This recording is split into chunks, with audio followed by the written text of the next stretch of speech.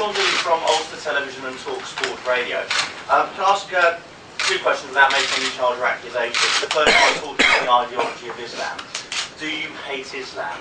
Moreover, in your worldview, can it ever be justified for a state to take violent actions or force to repel the forces of Islam from their state?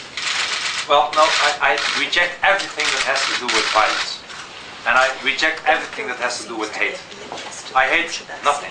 I hate nobody, and everybody who uses violence or calls for violence should be jailed for a long time. Even though I'm in favor of the First Amendment, even in the United States where they have a First Amendment, the red line is incitement of violence. There should never be violence, there should never be hate.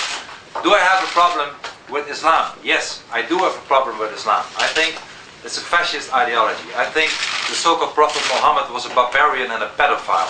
I think he's not the example for people and for Muslims all over the world. I think we should stop the Islamization of our society. But through democracy, through policies that get a majority in our parliament, after a debate in society and within the rule of law. So yes, I have a problem with this fascist ideology of Islam. Hate and violence, never. Yes. Can I just come to add to that? Let's forget that Islam is very different to our Western Judeo cultures. Islam is a political, religious and legal system rolled into one and based on the Quran, which is, after all, a medieval text.